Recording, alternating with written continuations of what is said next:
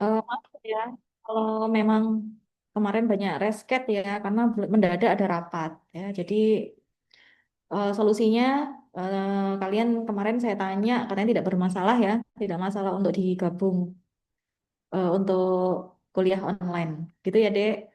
Oke, mungkin untuk mempersingkat waktu, kita langsung aja ya. Hari ini kita akan belajar mengenai anti infeksi ya, terutama anti jamur, antivirus, anti protozoa, dan juga anti helmintik.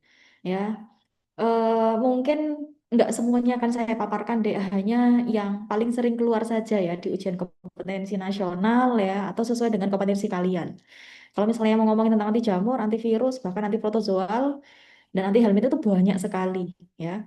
Ini ada beberapa tambahan materi ya, saya berikan juga di anti helmintik ya. Untuk tahun sebelumnya saya tidak mencantumkan anti helmintik ya. Nah, untuk tahun ini saya diminta untuk menambahkan kan. Kalian sudah dapat pelajarannya kan, Dek ya?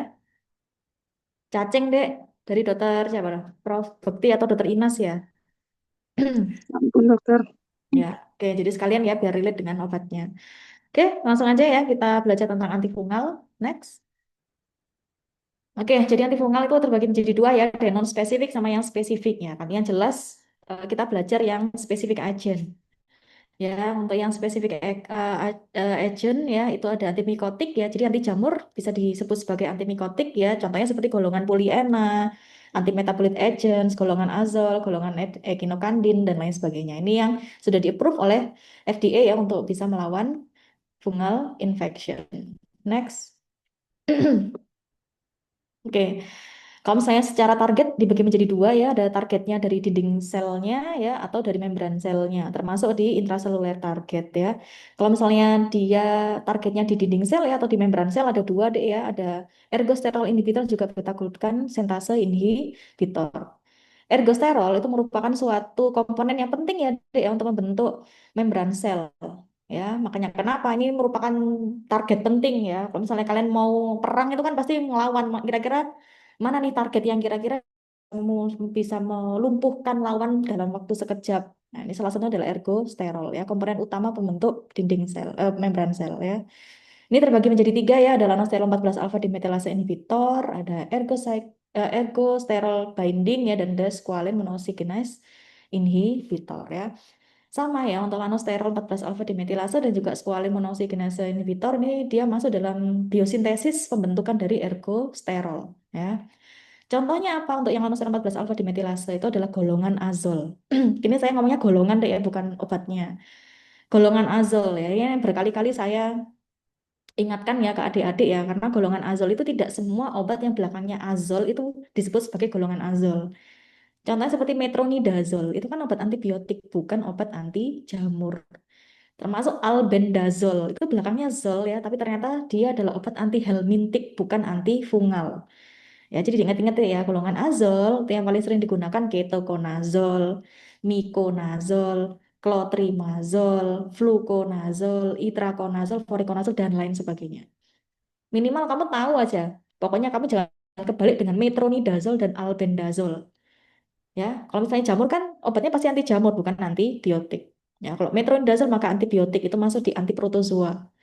Kalau misalnya obatnya albendazol maka itu masuk percacingan ya. Obat anti cacing, anti helmintik begitu ya. Oke, kemudian untuk golongan azol ini dibagi menjadi ada imidazol, triazol, tetrazol. Ya, ini hanya dibagi menurut struktur cincinnya saja ya. Oke, kalau misalnya ergosterol binding, ada juga yang dia langsung mengikat ergosterolnya membentuk sebuah pori. Ya, dia akan membentuk sebuah pori sehingga apa? Membrannya tuh lebih permeabel, akhirnya gampang bocor. Sehingga yang diharapkan adalah lisis atau kematian dari sel jamur. Ya, contohnya seperti golongan poliena ya. Golongan poliena contohnya adalah amphotericin B, nystatin ya. Mungkin kamu pernah dengar ya, amphotericin B, nystatin itu adalah golongan poliena, termasuk anti jamur. Ya, kemudian squalene monocyclinase inhibitor ya. Ini istilahnya dia menghasilkan suatu bahan toksik namanya squalene ya. Sama dia kan dihambat kan enzim pembentuk squalene ini ya, yang mengubah squalene menjadi bentuk yang apa pembentuknya ergosterol gitu. Sama dia dihambat enzimnya sehingga apa ada penumpukan squalene. Nah, squalene itu bersifat toksik untuk sel jamur ya. Sehingga diharapkan adalah kematian jamur. Contohnya adalah golongan alilamin, benzilamin dan lain sebagainya. Ya. Oke, Oke, golongan anilamin contohnya apa? Terbinafin gitu ya, contohnya ya, yang paling sering digunakan. Kemudian beta glukan sintase ini juga sama deh, dia terlibat dalam pembentuk ya dari dinding sel ya atau membran sel ya. Kemudian ini terbagi menjadi dua, ada ekinokandin dan juga ibrexafungerp. Yang mungkin ibrexafungerp ini eh, jarang sekali ya kalian dengar ya, memang tidak ada di perifer ya. Ini termasuk obat obat baru ya. Jadi targetnya itu sebetulnya sama ya di beta glukan sintase ya. Tapi dia karena obat baru dia lebih bagus secara farmakokinetik, dia lebih poten daripada ekinokandin ya. Ekinokandin ya contohnya seperti caspofungin ya, belakangnya ada fungin-funginnya itu termasuk golongan ekinokandin ya. Kemudian contohnya untuk intracellular target ada tiga ya, dia yang menghambat, nah, dia bekerja sebagai pirimidin analog. Ya, kalau pirimidin itu kan apa deh bahasa ya, termasuk bahasa ya. Nah itu dia mirip sekali dengan pirimidin analog ya. Oke, terus contohnya adalah flusitosin ya. Kemudian ada mitotic inhibitor ya. Ini dia intinya kan kalau misalnya sel jamur itu kan dia untuk tumbuh kan dia harus melalui proses mitosis. Nah ini dia menghambat mitosisnya dengan mengikat mikrotubulusnya. Nah, itu contohnya adalah griseofulvin. Griseofulvin ini penting sekali ya. Ini first line treatment untuk penyakit jamur tinea. Udah diajarin kan tinea ya. Penyebab tinea ada banyak ya, mikrosporum, trichopiton dan lain sebagainya. Ya. Kenapa kok griseofulvin ini dia termasuk first line treatment untuk tinea? Ya karena tinea itu kan paling sering ada di rambut, di kuku, ya, yang ada keratinnya. Griseofulvin ini dia bisa sekali atau afinitasnya dia tinggi terhadap keratin. Makanya dia di, direkomendasikan menjadi first line treatment untuk tinea. Ya. Kemudian yang lainnya adalah ini untuk menghambat sintesis ya, proses replikasi dari jamurnya, contohnya seperti tavaborol. Ini saya rasa ini saya nggak membahas ini ya, karena memang tidak ada di layanan primer ya. Next.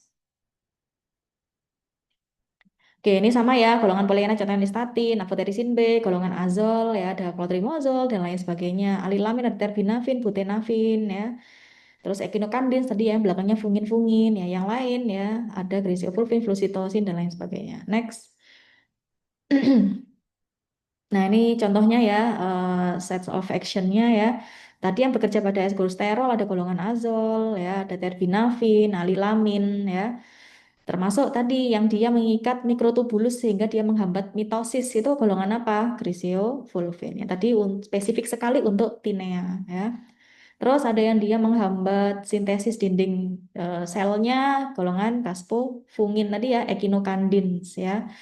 Kemudian ada yang bekerja di membrannya ya, amphotericin B ya. Tadi dia yang membuat pori tadi ya supaya bocor ya membran selnya sehingga dia gampang lisis ya. Kemudian yang dia bekerja spesifik sekali ke sintesis asam nukleatnya menghambat replikasinya itu adalah fluoxetinosin ya.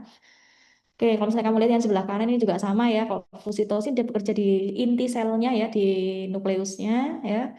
Kemudian kalau misalnya di beta glukan sintase tadi ya contohnya ekinokandin ya, kemudian amphotericin B tadi dia ya membentuk suatu pori, terus dia merilis oksidan ya, radikal bebas yang bisa mematikan sel jamur ya. Golongan azol tadi ya, golongan 14 alfa dimetilase tadi ya menghambat pembentukan ergosterol ya. Sama seperti terbinafin ya, dia menumpuk skualennya itu menumpuk, padahal skualen itu dia toksik ya.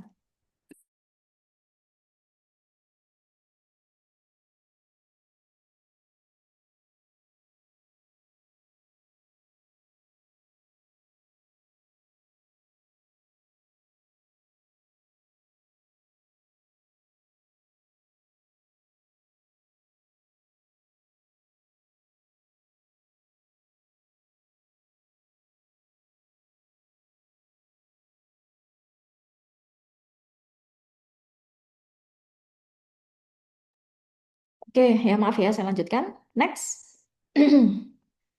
Nah, ini ya golongan poliana contohnya seperti nistatin.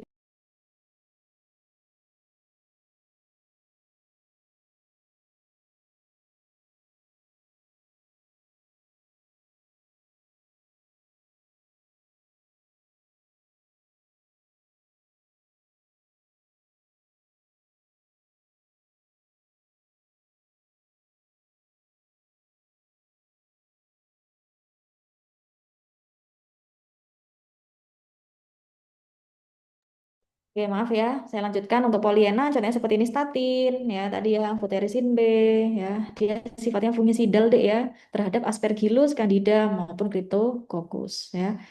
Oke, tapi biasanya untuk golongan poliena ini digunakan untuk penyakit-penyakit kandidiasis yang lebih invasif, ya, atau lebih sistemik, ya.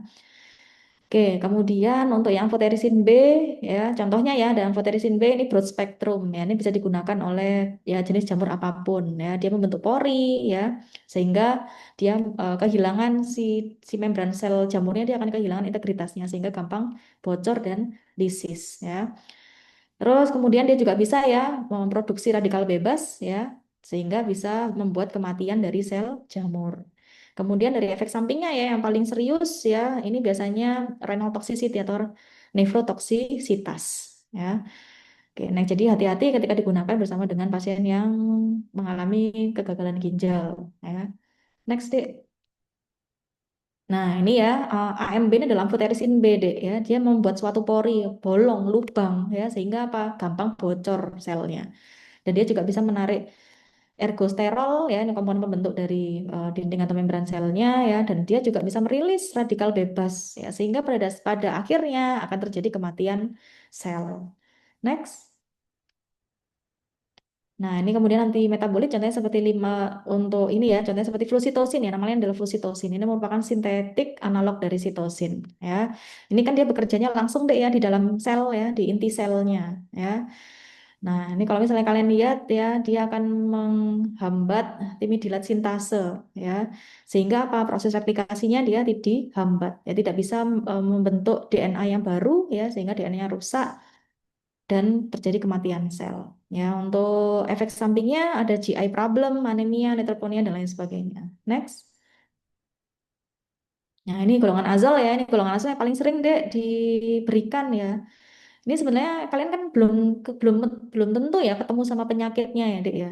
Ini tadi kan saya habis tutorial ada kasus menarik tentang kandidiasis vulvovaginalis ya pada kakak kelasmu di Urorepro 2. Padahal saya ngajar obatnya itu di blok imun infeksi ya. Ujung-ujungnya apa ya? Ambiar semua ya, lupa semua ya. Jadi saya harap kalian meskipun obatnya sekarang, penyakitnya nanti ya, semoga masih tetap hafal ya, Dek ya. Azol itu sangat sensitif sekali terhadap kandida. Ya, dia sifatnya bisa fungisidal. Yang fungisidal artinya kan mematikan deh ya. Kalau fungistatik dia hanya menghambat pertumbuhan ya. Pada genus apa aja, Candida, Streptococcus dan lain sebagainya ya. Dia termasuk menghambat 14 alfa lanosterol dimetilase. Ya, ini tadi ya komponen untuk pembentuk ergosterol. Ya, intinya apa? Lisis dan matian sel jamur. Efek sampingnya ya, kalau ketokonazol ada liver toxicity ya. Kemudian ada GI problem jelas ya, di mana mah kalau kadang obat oral itu ada aja GI problem ya sebagai efek sampingnya. Fluconazole ya ini bisa digunakan untuk KVV ya atau candidiasis vulvovaginalis ya, daerah genital ya, candida jamur di genital ya, ini biasa diminum single dose. Ini lebih suka ya orang-orang menggunakan ini karena apa? Cukup minum satu kali selesai gitu. Beda yang lainnya dia harus selama 7 hari.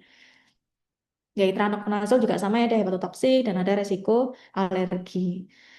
Nah, ini ya, ini yang di bawah juga sama deh ya, ketoconazole, itraconazole, dan lain sebagainya. Ini bisa digunakan untuk kandidiasis kutis ya, baik di kulit, kemudian di genital, ya ini bisa digunakan sebagai terapi. Next. Oke, kemudian echinocandin, ya ini yang belakangnya fungin, ya dia termasuk beta glukan sintase inhibitor. Sama, itu komponen pembentuk dari dinding selnya ya. Oke, terus kemudian ya pada dasarnya ketika ini dihambat prosesnya ya maka dia akan terjadi kematian sel ya. Karena dindingnya nggak betul-betul secure ya, nggak betul-betul kokoh untuk bisa melawan untuk bisa eh, bertumbuh ya, berkembang jamurnya. Oke, dia sifatnya fungisidal ya terhadap Candida dan fungistatik terhadap Aspergillus ya atau Aspergillosis. Untuk efek sampingnya sama ya GI problem. Next. Alilamin ya, ini paling sering terbinafin, ini alternatif untuk obat tinea, Dek ya. Tadi kan obat tinea griseofulvin kan, nah ini alternatifnya bisa diberikan terbinafin. Meskipun secara farmakokinetik masih efikasi ya, lebih bagus griseofulvin, karena tadi dia afinitasnya tinggi terhadap keratin. Ya, ini dia highly lipophilic ya, Kemudian dia ya ini ya dia tadi menghambat enzim squalene epoksidase ya sehingga pas squalennya numpuk. Kalau squalennya numpuk dia sifatnya toksik sehingga terjadi kematian sel ya. Sama ya untuk efek sampingnya paling sering ya GI problem ya. Nah, ini sama deh ya, yang sebelah kanan ini hanya rangkumannya saja ya. Kalau alilamin tadi ya penumpukan dari skualen, azol tadi dia menghambat lanosterol, pembentuk ergosterol ya. Kemudian ada frusitosin, dia lebih spesifik di dalam asam nukleatnya ya. Next. Nah, ini kan kalian kalau misalnya tahu obat kan paling nggak harus tahu penyakitnya, Dek ya. Jadi penyakitnya apa aja sih yang bisa disembuhkan dengan obat-obatan ini? Lah, ini adalah list penyakitnya ya. Next. Oke, nah sekarang kalau misalnya kamu tahu penyakitnya apa, obatnya apa, ini sekarang dibalik. Obatnya apa yang Putri B ini ternyata dia sensitif untuk penyakit apa aja. Nah, seperti ini ya. Next, Dek. Nah, seperti ketokonazol, tadi ya golongan azol dia sensitif terhadap kandidiasis ya. Next. Nah, ini ada caspofungin, ada griseofulvin ya, dia terhadap tinea, terbinafin, tinea juga bisa. Nah, kalau sudah ngomongin albendazole dan lain sebagainya, ini masuk ke anti protozoa, anti helmintik ya. Next. Oke, sekarang ke antivirus ya. Next, ini saya rasa kemarin kayaknya kalian udah diajari mikrobiologi ya, Dek ya, sama dokter Irma ya. Slide-nya ratusan ya, Dek ya. Ya udah biasa deh ya, zaman saya dulu ratusan ya, 200 ya harus baca segitu banyaknya ya. Ya sampai ngantuk-ngantuk memang ya. Saya udah berusaha sekuat tenaga ya, di mana virusnya buahnya obatnya cuma saimprit gitu ya, jadi cuma 50-an slide. Ya, ini saya rasa nggak semuanya kalian perlu tahu dan perlu memahami sampai lebih dalam ya. Oke, jadi virus ya kemarin sudah diajari kan sama dokter Irma ya dek ya. Ada DNA, ada next ya, paling nggak kalau virus itu targetnya ya menghambat replikasi, ya dia menghambat proses di kan ada kalau virus kan ada siklus hidupnya tuh dek. Nah target kerja obat itu pasti ada di sekitar siklus hidupnya itu tadi. Targetnya di sana. Oke, antivirus itu ada dua, ada non-retrovirus, ada yang retrovirus ya. Non-retrovirus ya, itu dibagi menjadi ada herpes, ada influenza, ada HBV. HBV itu hepatitis B virus ya, dan HCV adalah hepatitis C virus ya. Herpes ya, mungkin dulu ada yang pernah kena cacar ya, cacar air ini 2022 lagi in banget ini dia lagi heboh kena cacar ya, makanya hati-hati ya yang belum pernah kena cacar. Nah, ini obat anti varicella, anti herpes ya bisa diberikan acyclovir dan lain sebagainya. Terus kemudian untuk antivirus ya influenza ya bisa diberikan amantadin, oseltamivir. Kemudian untuk hepatitis B atau hepatitis C bisa diberikan golongan NRTI ya. Nucleoside reverse transcriptase inhibitor ya. Kemudian untuk antiretrovirus ya, ini contohnya seperti apa deh antiretrovirus itu? HIV ya. Paling sering ya, tapi tidak hanya HIV, hepatitis B juga bisa diberikan itu ya. Ada NRTI. NRTI itu nucleoside reverse transcriptase inhibitor. Ada namanya NTRTI, berarti kalau T kecil di sini berarti namanya nucleotide.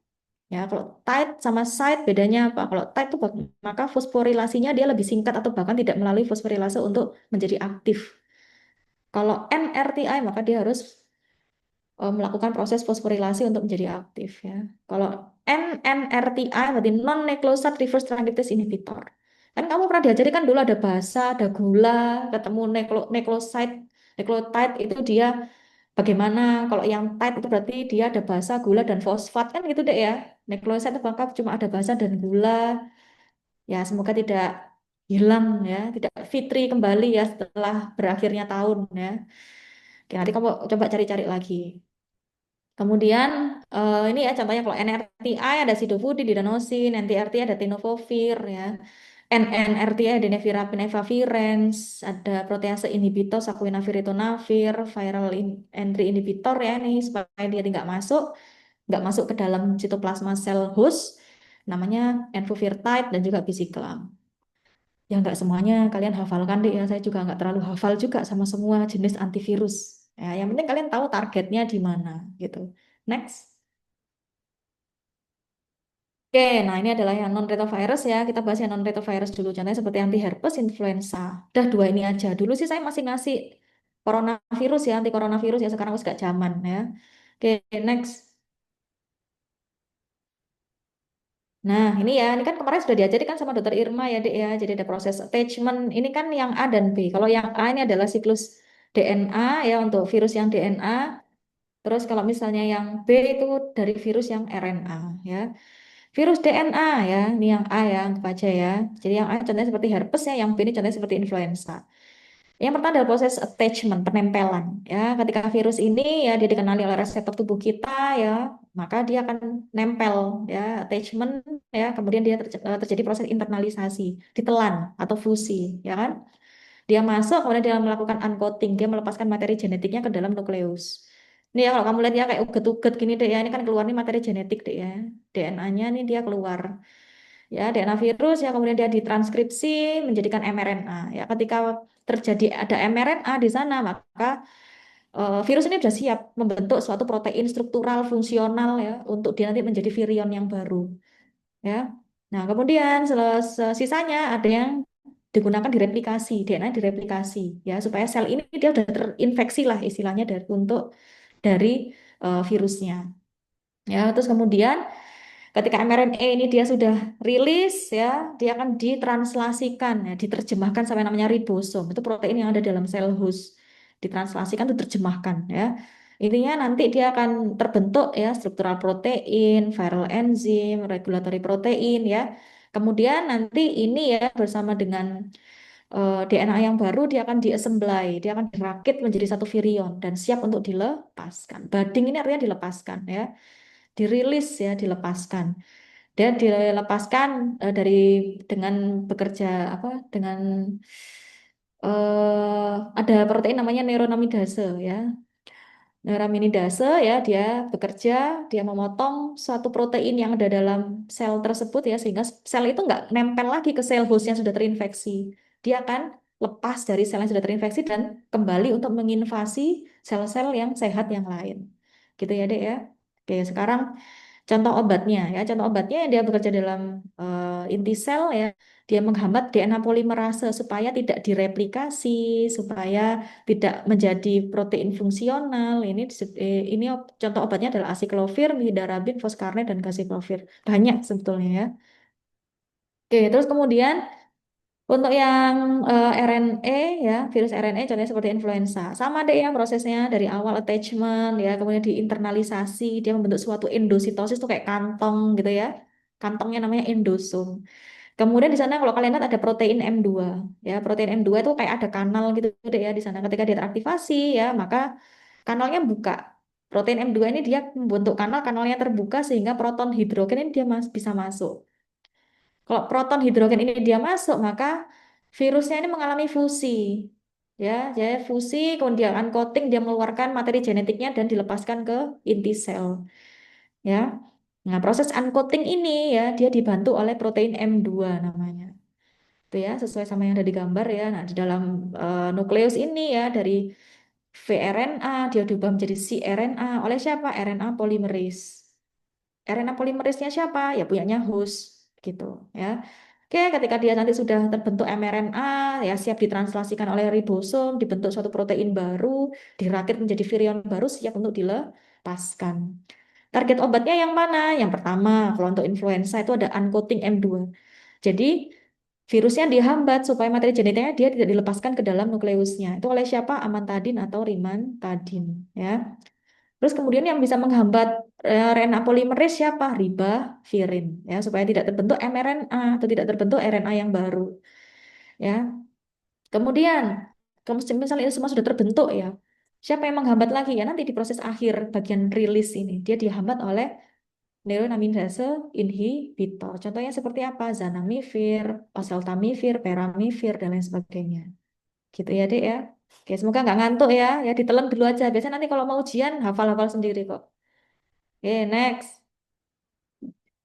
Oke, nah ini contohnya ya, antiviral ya, ada HIV, ada HSV, ada influenza, dan lain sebagainya. Next.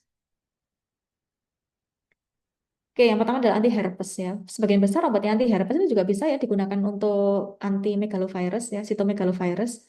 Ya, jadi yang pertama asiklovir, ini yang paling sering ada di mana-mana ya, asiklovir ya, obat anti cacar ya intinya ya. Ini merupakan first line treatment ya untuk herpes simplex herpes zoster, varicella zoster, baik anak maupun dewasa itu bisa banget diberikan acyclovir. Ya. Oke, jadi acyclovir ini dia kerjanya di dalam eh, nukleus tadi deh ya, di dalam nukleusnya dia menghambat viral DNA polimerase supaya apa? Tidak tercetak DNA yang baru, template-nya dibuang ya, tidak terjadi proses replikasi DNA. Ya, itu dihambat oleh acyclovir. Oke, terus kemudian ini yang paling penting ya ada has no effect on post herpetic neuralgia. Mungkin kalian dulu mungkin ya atau sekitarmu pernah ada yang kena herpes. Herpes kan sakit banget. Ya kan daripada gatal itu dia ukuran utama pasti nyeri karena kena di sarafnya. Biasanya ketika pengobatan tidak dikuat ya maka dia bisa muncul komplikasi namanya adalah post herpetic neuralgia ya. Nah, kenapa kok acyclovir dia tidak efektif? Ya jelas karena post herpetic neuralgia dia bukan karena penyakitnya bukan karena replikasi aktif dari virusnya, tapi karena hasil eh, hasil gejala sisa dari infeksi awal yang menginvasi gitu ya. Makanya kenapa dia sudah tidak efektif lagi diberikan acyclovir. Ya virusnya sudah hilang, nah, tapi kan ini tinggal gejala sisanya gitu. Oke ya. Bioavailabilitasnya secara oral dia hanya 15 sampai 20%. Ya, kecil deh, kecil banget. Makanya kan kalau orang minum ini ya pada herpes simplex aja, dia bisa minum 5 kali 200 miligram satu hari. Herpes zoster, dia bisa minum 5 kali 800 miligram. Bayangkan, satu hari minum 5 kali minum obat. Kadang kalau misalnya dikasih yang 400 miligram, maka dia harus minum satu kali minum 2 tablet. Ya, mungkin kenyang ya, kenyang obat. Itu kan hal yang membuat compliance pasiennya turun ya, sehingga nggak patuh karena saking frekuen dosingnya tuh cukup panjang ya, cukup banyak ya. Kemudian ada valaciclovir dan juga famciclovir. Nah, ini temennya deh ya, tapi dia lebih bagus secara farmakokinetik. Valaciclovir dia terdiri dari, dia merupakan prodrug. Prodrug itu kan artinya dia harus diubah dulu menjadi bentuk aktifnya. Bentuk aktifnya ujung-ujungnya itu adalah aciclovir. Kalau famciclovir prodrug dari penciclovir gitu ya. Nah, ini yang paling menarik ya. Valaciclovir itu bioavailabilitasnya ternyata 54 sampai 70%, sedangkan famciclovir itu sampai di atas 70% deh. Kenapa kok famciclovir ini dia lebih tinggi bioavailabilitasnya? Karena dia lebih lipofilik. Nah, kalau lipofilik berarti kan dia lebih bagus kan untuk diabsorpsi. Nah, terus yang kedua secara farmakokinetik, dia secara safety dia lebih bagus daripada yang valaciclovir, daripada valaciclovir dan aciclovir. Ya, oke, next. Nah, ini contohnya ya untuk nucleoside analog ya, contohnya seperti valasi, ASI, clovir, famsi, pensi gitu ya. Ini yang mereka semua adalah prodrug. Dia harus diubah dulu menjadi monofosfat, asiklovir monofosfat. Dia harus diubah dulu menjadi asiklovir difosfat, diubah lagi menjadi eh, asiklovir trifosfat. Bentuk aktif dari obat-obat ini itu adalah asiklovir trifosfat. Dia harus ketemu dulu tapi diaktifasi oleh viral timidin kinase. Seumpama kan ada kan di sel misalnya ada orang kena herpes. Tidak semua sel dalam tubuhnya kan kena terinfeksi herpes. Khusus untuk yang ini, dek, nucleoside analog ini, dia milih-milih yang sel yang sudah terinfeksi. Kenapa? Karena viral viral timidin kinase ini hanya ada di sel yang terinfeksi oleh virus. Dia harus diaktifasi dulu sama ini. Kalau misalnya sel sehat, berarti kan dia nggak ketemu sama ini. Ya, gitu ya. Makanya dia sangat selektif sekali terhadap sel yang sakit. Itu yang acyclovir dan lain sebagainya ya. Kemudian ada nucleotide analog ya itu sidofovir ya, maka dia tidak perlu diaktifasi difosforilasi yang panjang gitu enggak. Dia hanya diaktifasi saja ya menjadi sidofovir monofosfat sampai trifosfat menjadi bentuk aktifnya gitu. Kemudian untuk yang analog pirofosfat ini malah lebih bagus lagi. Jadi kalau misalnya nukleoside analog dan nukleotide analog ya, dia itu menyamar deh, namanya kan analog ya, dia kan menyerupai, dia akan menyamar menjadi nukleotide atau nukleoside yang dia duduk nanti di rantai DNA. Ketika nanti dia sudah duduk di sana, dia kan menyerupai rantai DNA yang asli, gitu ya. Dia duduk di sana, dia aman bisa duduk. Tapi ketika dia diproses, dibaca oleh DNA polimerase, itu dia nggak mau jalan. Kenapa? Karena tahu loh, ini kan orang asing. Akhirnya DNA polimerase dia berhenti. Proses elongasi rantai DNA tidak terjadi. Sehingga terjadi yang namanya chain termination. Ya, berhenti rantainya dia tidak akan diperpanjang. Jadi bisa menghambat proses replikasi. Gitu ya. Beda dengan foscarnet. Kalau misalnya foscarnet ini Kalau misalnya foscarnet ini ya, dia itu langsung, kalau misalnya foscarnet ini ya, dia itu langsung menduduki, menyerupai DNA polimerase-nya. Nah, itu yang itu foscarnet. Ya, dia non kompetitif ya, dia bersaing dengan DNA polimerase yang asli. Paham ya, Dek ya? Kalau misalnya yang nukleosat atau nukleotat analog dia pura-pura jadi nukleotid atau nukleosatnya di rantai DNA. Tapi kalau misalnya foscarnet dia pura-pura menjadi DNA polimerasenya. Sehingga apa? Intinya dia akan menghambat proses replikasi virus. Gitu ya. Oke, next. Nah, ini ya foscarnet tadi ya. Nah, dia menghambat DNA dan juga RNA polimerase ya. Biasanya digunakan kalau misalnya siklovir dia resisten, baru kamu berikan foscarnet karena nggak semua layanan primer pasti ada foscarnet. Ya, kemudian dia nefrotoksik ya sifatnya, efek sampingnya. Sidofovir ya dia sama ya, dia nucleotide, maka fosforilasinya tidak terlalu panjang sepanjang asiklovir dan kawan-kawannya ya. Oke, dia juga sama ya, dia menghambat DNA polimerase ya. Oke, kemudian nah kalau misalnya kamu lihat ya prodrug valasiklovir dan famciklovir dia harus diubah dulu menjadi bentuk aktif asiklovir dan pensiklovir. Dia harus ketemu dulu sama ini enzimnya virus yang di dalam sel terinfeksi tadi viral timidin kinase untuk menjadi bentuk aktifnya asiklovir trifosfat dan pensiklovir trifosfat. Nah, nanti dia akan menghambat proses elongasi ya atau chain termination. Kalau foscarnet dia langsung bersaingnya itu sama DNA polymerase ya. Oke, next. Nah, ini contoh-contohnya ada ya kalau misalnya kamu lihat dari EC50 ya. Jadi obat-obat ini dia indikasinya juga bisa selain herpes ya, bisa juga untuk sitomegalovirus. Kalau misalnya kalian lihat ya foscarnet nih deh EC50 ya, efek konsentrasinya ya untuk bisa menghasilkan hampir 50% dari efek maksimalnya itu sampai 250 di simplex, di sitomegalovirus sampai 300. Jadi kan ini cukup efektif ya untuk bisa mengobati herpes simplex atau cytomegalovirus. Oke, next.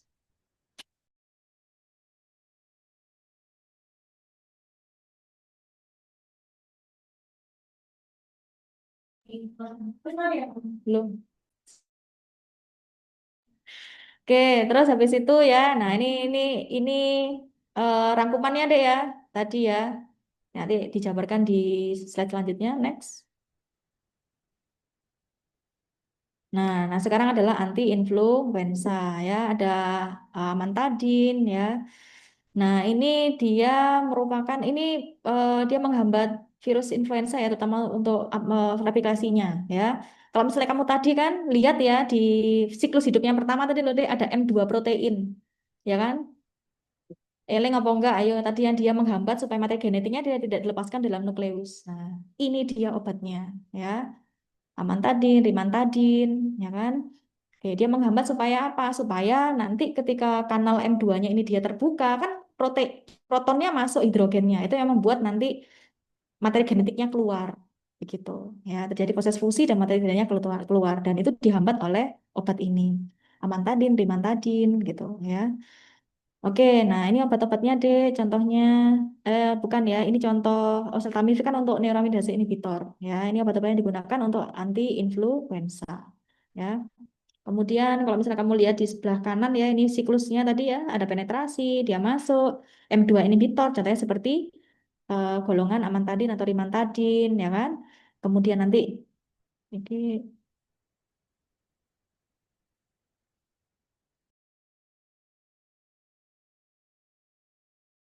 oke ya, nanti ada proses ya untuk menghambat ya di dalam nukleusnya ada favipiravir, ada baloxavir ya. Kemudian untuk yang dia menghambat supaya tidak budding atau rilis ya, itu iya, bisa dihambat oleh neuraminidase inhibitor. Contohnya seperti oseltamivir. Itu yang paling sering ya digunakan untuk influenza itu oseltamivir atau baloxavir. Itu coba kamu lihat di pedoman, di guidelines ya, menurut Kemenkes ya, atau dari internasional ya. Oke, next. Oke, nah ini tadi ya oseltamivir ya. Jadi neuraminidase itu dia memotong namanya sialic acid deh. Sialic acid itu yang membuat protein itu nempel di sel host. Nah, ini kan dia mau rilis kan mau keluar mau menginfeksi sel sehat yang lain. Nah, sama dia dipotong protein itu. Supaya apa? Supaya dia bisa lepas kemana-mana. Nah, itu cara kerja dari oseltamivir ya. Dia termasuk neuraminidase inhibitor ya. Oke, terus kemudian balok safir ya ini juga obat yang diperhitungkan ya sebagai obat anti influenza. Nah, disebut sebagai cap snatching inhibitors ya. Jadi kalau misalnya dia mau bereplikasi ya si virusnya ini dia butuh cap cap ya Dek ya. Cap kayak topi gitu ya. Jadi kalau misalnya dalam rantai DNA itu ada yang namanya cap, itu ada gugus 5 OH atau 3 OH yang perlu disisipkan di sana. Jadi mengambil capnya itu dari punya manusia, punya sel host. Nah, sama si balok safir dihambat supaya capnya manusia nggak diambil, supaya proses replikasi ini tidak terjadi. Begitu ya. Next. Oke, ini sama ya, mantadin, rimantadin. Kalau misalnya kamu lihat ya, bioavailabilitasnya tinggi sekali, lebih dari 90%. Ya, oseltamivir 80%. Makanya termasuk balok safir malah lebih tinggi ya, dia 95%. Ya, makanya obatnya biasanya tuh oseltamivir, baloxavir, ya termasuk amantadin dan rimantadin. Next. Tapi kalau misalnya amantadin dan rimantadin tuh banyak yang bilang kalau resistensinya tinggi deh, makanya mulai ditinggalkan. Lebih sering menggunakan oseltamivir atau baloxavir. Oke, sekarang hepatitis B ya. Dari hepatitis B ya ini virusnya dia akan attachment ya dia akan dikenali oleh namanya reseptor NTCP ya ketika sudah nempel ya di internalisasi virusnya dia masuk maka melakukan uncoating dia melepaskan materi genetiknya ke dalam nukleus ya di dalam nukleus rcDNA diubah menjadi triple C DNA sampai akhirnya nanti mengeluarkan mRNA tadi kan mRNA digunakan untuk membuat virion yang baru ya kan. Ya, dia akan membuat virion atau DNA yang baru ya kemudian dari mRNA ini dia akan ditranslasikan juga ya ditranslasikan diterjemahkan ya membentuk suatu DNA yang baru ya kalau HBV itu DNA jadi ya virus DNA. Oke, nah setelah terbentuk DNA yang baru, template yang baru sama dia dicetak ya. Kemudian nanti ketika dia sudah mau rilis, dia akan didekatkan ke aparatus Golgi ya sampai akhir nanti dia akan diassemble ya, dirakit mendekati membran selnya sehingga baru dirilis, dibading ya. Oke.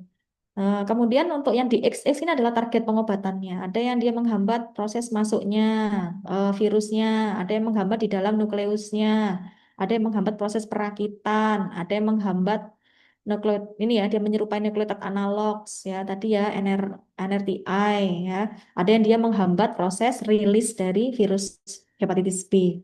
Next.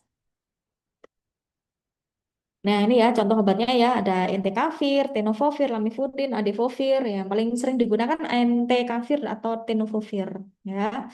Entecavir ya dia itu lebih kompleks deh cara kerjanya. Dia menghambat di 3 jalur, intinya begitu. Ya, intinya dia sama sebetulnya sama-sama dia menghambat DNA polimerase, menghambat replikasi virus. Tapi entecavir itu kerjanya lebih spesifik ke 3 jalur, lebih banyak jalurnya dihambat sama dia daripada tenofovir. Obat yang kedua yang paling bagus adalah tenofovir. Ya, ini juga bagus, selektif sekali ya. Efektivitasnya juga bagus ya dari penelitian. Next.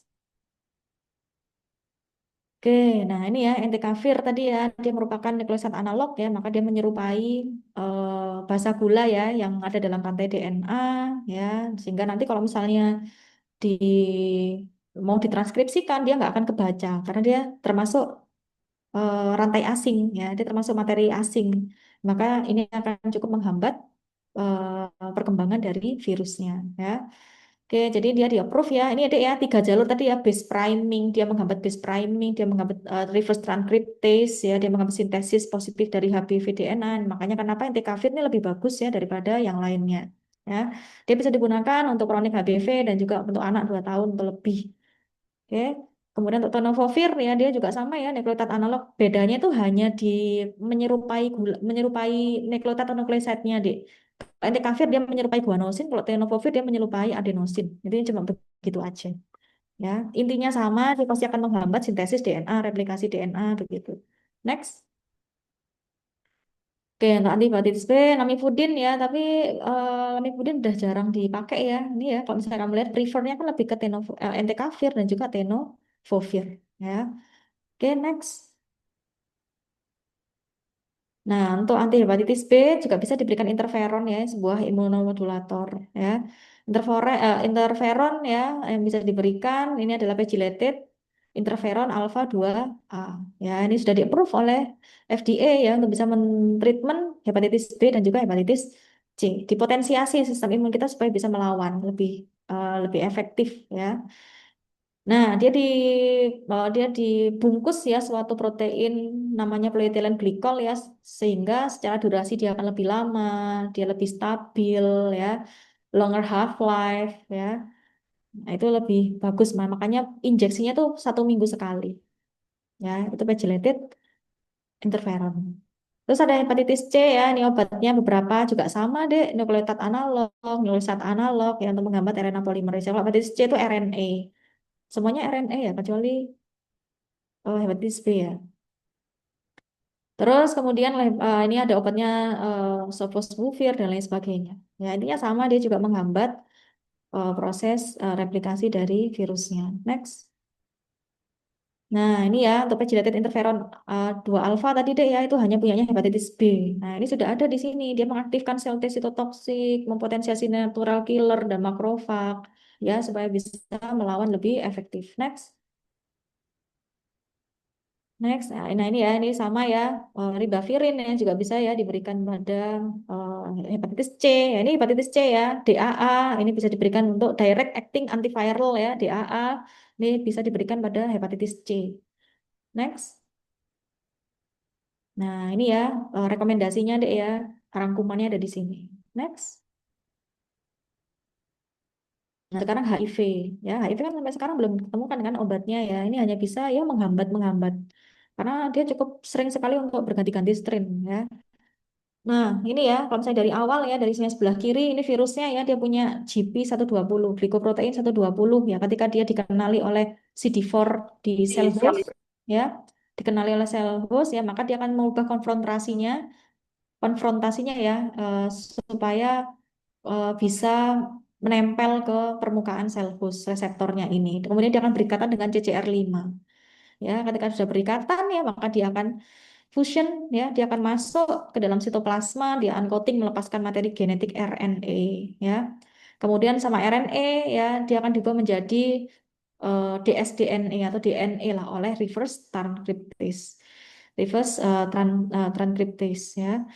Nah, kemudian sama dia nanti materi genetiknya DNA ya, dari RNA diubah menjadi DNA, ini sama DNA-nya akan diubah, DNA-nya ini akan di DNA-nya ini akan.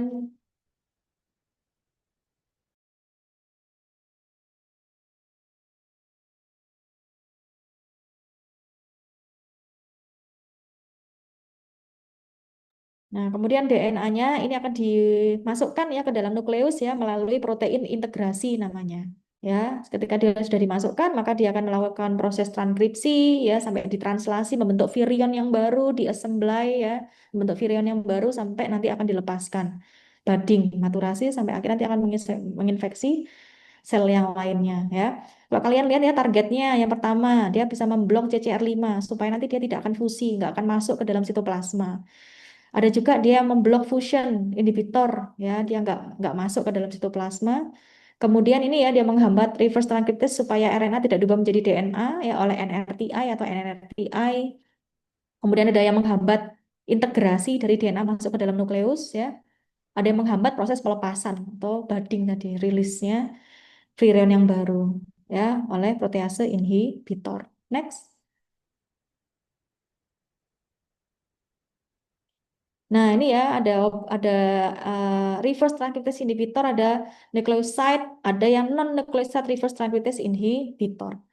Ya, oke. Jadi bedanya ya, kalau misalnya nucleoside reverse transcriptase inhibitor itu sama seperti asiklovir, deh. Dia menyerupai nucleoside punyanya rantai DNA. Dia duduk di situ sampai akhirnya nanti tidak akan terjadi proses transkripsi karena tidak bisa dikenali karena orang asing. Ya, itu kerjanya dari NRTI. Kalau non nukleoside berarti dia bukan bagian dari nukleoside, tapi dia bersaingnya itu sama enzimnya, ya, gitu ya. Oke, nah contohnya apa aja? Kalau misalnya nukleoside atau nukleotide reverse transcriptase inhibitor, ya contohnya seperti abacavir, ridanosin, lamivudin, tenofovir, dan lain sebagainya. Kalau yang non nukleoside, contohnya seperti efavirenz, ya, nevirapin, ya. Kemudian kalau misalnya protease inhibitor tadi ya, supaya menghambat pelepasan menghambat pelepasan atau budding tadi ya. Itu contoh seperti atazanavir dan lain sebagainya. Kemudian menghambat virusnya itu dia fusi ya masuk enfuvirtide, kemudian menghambat supaya virusnya tadi dia tidak RNA-nya, DNA-nya tidak masuk ke dalam nukleus. Jadi dia ada integrase inhibitor, contohnya seperti dolutegravir dan lain sebagainya. Dia menghambat supaya tidak berikatan dengan reseptor di permukaan sel host ya dengan inhibitor dari CCR5, antagonis CCR5, contohnya seperti maraviroc dan lain sebagainya. Next. Nah, ini ya terapi HIV ya menurut rekomendasi dari Kemenkes di Indonesia ya ARV namanya antiretroviral atau antiretrovirus punyanya HIV ya. Lini pertamanya harus ada dua jenis NRTI ditambah satu NNRTI. Kalau nggak ada NRTI maka bisa diganti dengan protease inhibitor. Ini disebut sebagai HAART ya. Dia termasuk obat-obatan yang cukup poten sekali, kuat ya untuk bisa melawan virus HIV. Ya biasanya kenapa kok perlu sampai 3 obat begini? Biasanya salah satunya ya untuk juga bisa membunuh HIV dan yang kedua juga mencegah resistensi. Ini ya kalau misalnya kamu lihat ya ada NRTI. Contohnya seperti ini ya, pilihan panduan terapi lini pertama di dewasa, kombinasi TDF atau tenofovir dan 3TC atau lamivudin plus efavirenz ya.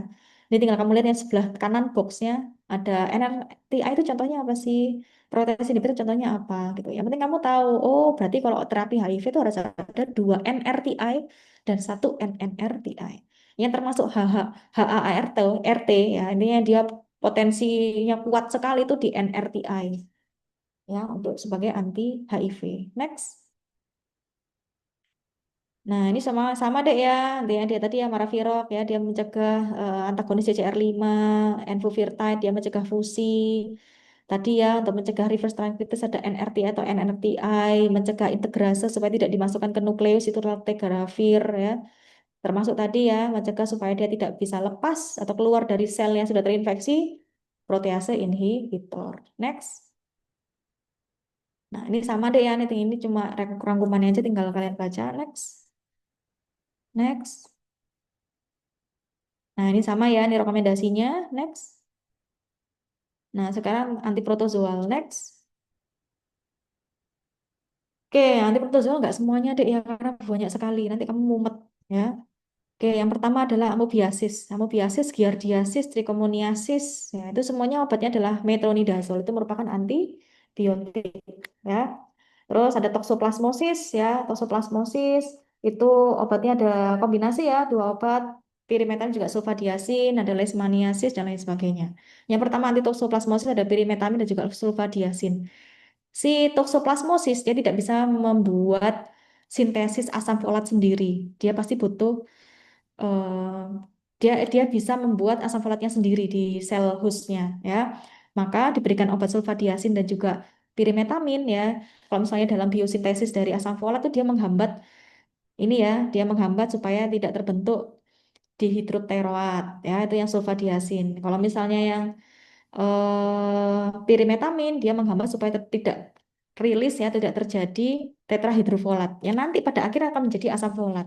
Asam folat kan penting sekali ya untuk sintesis DNA, gitu ya. Oke, sekarang anti leishmaniasis ya, dan seperti sodium stibogluconat ya, dia intinya dia menghasilkan suatu radikal bebas yang toksik sekali untuk parasitnya ya, sehingga nanti apa? Kematian parasit yang diharapkan. Next. Nah, ini metronidazole ya. Metronidazole ini paling sering dia digunakan untuk tamuba histolytica, amobiasis, giardiasis, Balantidium coli, PID. Wah, banyak sekali deh ya. Pokoknya kamu jangan keliru metronidazole dengan golongan azul pada jamur. Kalau ini kan antibiotik, antiprotozoal. Ya, kalau yang tadi, clotrimazole dan lain sebagainya itu golongan azul untuk jamur. Gitu ya. Nggak bisa kamu lihat yang sebelah kanan ya. Intinya dia nanti akan teraktivasi yang menjadi bentuk aktifnya nitrosom imidazole yang dan juga radikal anion. Intinya dia akan menghasilkan atau merilis suatu radikal, metabolit radikal yang nanti membuat parasitnya mati. Nah, intinya begitu. Ya, Dek ya. Nah, yang paling sering ya efek sampingnya seperti biasa ya GI problem. Yang paling penting adalah metallic taste. Rasanya nggak nyaman. Next.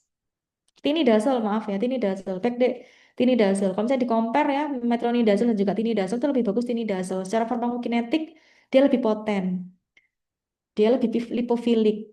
Terus yang kedua, frekuensi pemberiannya tidak sebanyak metronidazole. Makanya kenapa tinidazole lebih lebih senang, lebih disukai daripada metronidazole. Tapi sayangnya tidak banyak di layanan primer itu ada.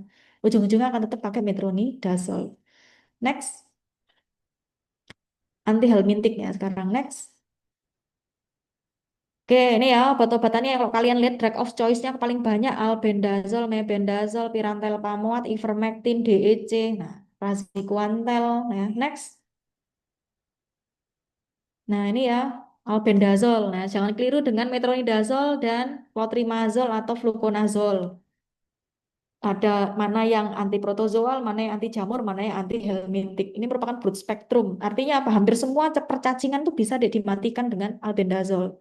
Ya, ini merupakan therapeutic usage-nya ya, ada untuk penyakit hidatidosa, cysticercosis, biasanya untuk hookworm, ya, askariasis, trichuriasis, strongyloides, itu bisa semua dengan albendazole. Ya, intinya dia itu menghambat proses, dia ini mengikat mikrotubulus deh. Ya, kalau misalnya diikat mikrotubulus maka dia tidak bisa bermitosis dan tidak bisa bertumbuh parasitnya. Ya, sama dia dihambat dengan apa? Mengikat mikrotubulusnya. Sama seperti tadi kalau misalnya dijamur kan siapa yang mengikat mikrotubulus? Griseo fulvin. Gitu ya. Oke, terus kemudian dietil karbamasin sitat atau DEC ini obat antifilariasis ya. Kalau kalian tahu kaki gajah, nah ini obatnya. Ini DOC dari filariasis, loiasis dan lain sebagainya ya. Dia intinya mengubah struktur dari membran selnya itu dia lebih lebih permeabel ya, dia mengurangi integritas ya. Kalau misalnya dindingnya rubuh berarti kan dia gampang gampang apa ya, ya gampang diserang, intinya kan begitu. Nah itu adalah dietil karbamazin mazin ya. Kemudian ivermectin, nah ivermectin juga bisa digunakan untuk filariasis ya, strongyloides atau onchocerciasis ya. Intinya dia ini si ivermectin ini eh dia ini deh, kalau misalnya di saraf itu ya misalnya untuk pasien membuat kejang itu kan klornya tuh nggak boleh di dalam. Tapi kalau ivermectin itu membuat influx klor ya, chloride ya. Ketika influx chloride ya yang terjadi ya, maka akan terjadi depolarisasi ya. Dia akan terjadi depolarisasi ya, sehingga apa? Dan dia juga ini mempotensiasi GABA. GABA kan inhibitorik ya kan. Nah, kalau misalnya terjadi ini maka para terjadi paralisis dari parasit ya. Oke, terus kemudian next. Sekarang mebendazole ini sama seperti albendazole deh ya. Dia ya, sama dia juga mengikat mikrotubulus ya, sehingga nanti akan menghambat pertumbuhan dari parasitnya. Ini biasanya dia jadikan alternatif ya setelah albendazole. Terus kemudian praziquantel ya, praziquantel ini bisa diberikan pada trematoda, cestoda ya. Dia juga sama yang meningkatkan permeabilitasnya. Dengan apa? Influx kalsium. Ya, ketika terjadi influx kalsium maka bisa terjadi apa? Paralisis. Ya, intinya melumpuhkan parasitnya. Kemudian pirantel pamuat ya ini bisa digunakan untuk askariasis ya, kemudian untuk pinworm ya. Ya biasanya cacingan-cacingan anak kecil kan diberikan pirantel pamuat ini deh ya. Nah, ini dia bisa untuk merilis banyak asetilkolin ya sehingga apa terjadi paralisis. Ini ya sama hampir semua obat parasit itu ya membuat paralisis cacing lah intinya begitu. Next. Nah, ini ada anti skabies ya. Skabies diajari juga kan, budik gitu. Ya, nah ini ada anti skabies ya yang paling first line treatmentnya diberikan tuh pasti permetrin biasanya. Tapi permetrin tidak boleh di usia kurang dari 2 bulan. Jadi harus 2 bulan ke atas. Ya, dia juga sama, dia memparalisiskan nervus sistem punyanya arthropoda atau ektoparasit. Yang diberikan biasanya permetrin 5% diberikan secara topikal menyeluruh general ya di semua organ, di semua permukaan kulit tubuh ya. Linden atau gamma benzen hexachloride ya, ini dia juga termasuk insektisida ya. Ini efek sampingnya lumayan ya deh ya, bisa membuat neurotoxicity. Makanya kenapa udah sering ditinggalkan. Kalau ada permethrin ya mending milih permethrin daripada linden atau gamma benzen ya. Kemudian ada ivermectin ya tadi sudah ya sama dia juga membuat paralisis. Dengan apa? Influx chloride tadi membuat paralisis parasitnya ya. Next. Oke, Alhamdulillah udah selesai deh ya. Ada pertanyaan deh dari sini?